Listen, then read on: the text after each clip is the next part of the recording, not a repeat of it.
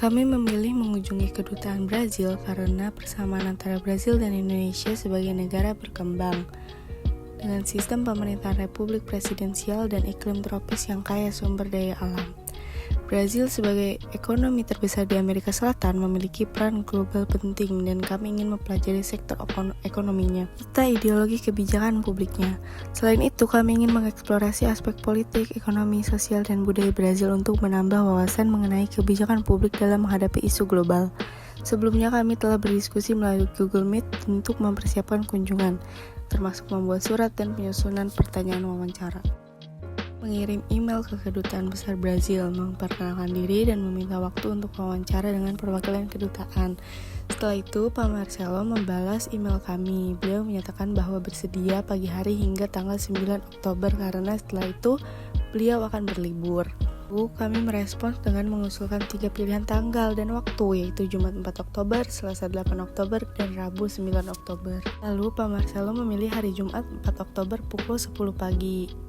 Kami berterima kasih atas informasi tanggal pada Pak Marcelo dan menantikan wawancara tersebut. Pada tanggal 4 Oktober, kami pergi ke Kedutaan Brazil dengan menggunakan transportasi umum, menggunakan kereta, go-kart, dan juga MRT.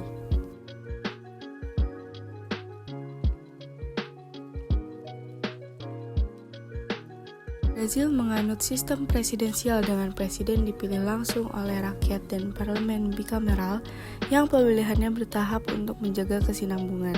Presiden tidak wajib memiliki mayoritas di parlemen, namun membutuhkan dukungan untuk mengesahkan undang-undang, sehingga koalisi politik sering dibentuk meski sifatnya sementara.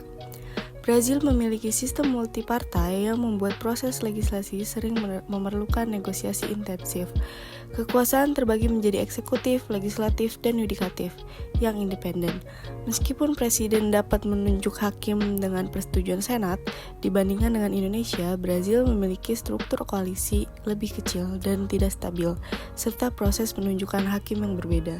Ideologi politik Brazil saat ini berfokus pada demokrasi universal dan sekuler, dengan prioritas utama pada isu ketidaksetaraan sosial dan perlindungan lingkungan.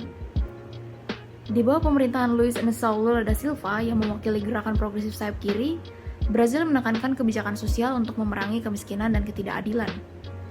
Ini merupakan perubahan dari pemerintahan sebelumnya yang cenderung lebih pro-pasar dan mendukung liberalisasi ekonomi. Pendekatan ideologi demokrasi di Brazil cenderung lebih formal dibandingkan dengan Indonesia yang memadukan demokrasi dengan nilai-nilai budaya dan religius melalui ideologi Pancasila. Brazil dikenal sebagai negara yang multikultural dengan masyarakat yang beragam. Imigrasi dari berbagai negara menjadikan Brazil sebagai negara dengan budaya yang kaya, termasuk musik dan perayaan. Bahasa yang digunakan adalah bahasa Portugis. Mayoritas penduduknya beragama Katolik, meskipun terdapat komunitas dari berbagai agama lainnya. Kehidupan budaya Brazil banyak dipengaruhi oleh Eropa, terlihat dalam festival seperti Karnaval. Persamaan dengan Indonesia terletak pada keberagaman budaya, sedangkan perbedaannya ada pada perayaan yang lebih banyak terhubung dengan tradisi Katolik di Brazil. Secara keseluruhan, perekonomian di Brazil menerapkan kebebasan pasar yang didorong oleh sektor swasta daripada BUMN. Pemerintah hanya mengontrol saja, tetapi tetap memainkan peran regulasi untuk menjaga keseimbangan dan memastikan bahwa pertumbuhan ekonomi menguntungkan banyak pihak, bukan hanya segelintir individu atau perusahaan.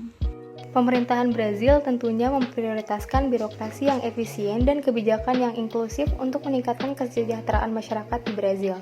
Kebijakan utama yang menjadi prioritasnya adalah kebijakan yang berorientasi sosial, salah satunya seperti program Bolsa Familia dan program sekolah yang menjadi penerapan nyata upaya pemerintah dalam mensejahterakan anak-anak dan mengurangi kemiskinan di Brazil.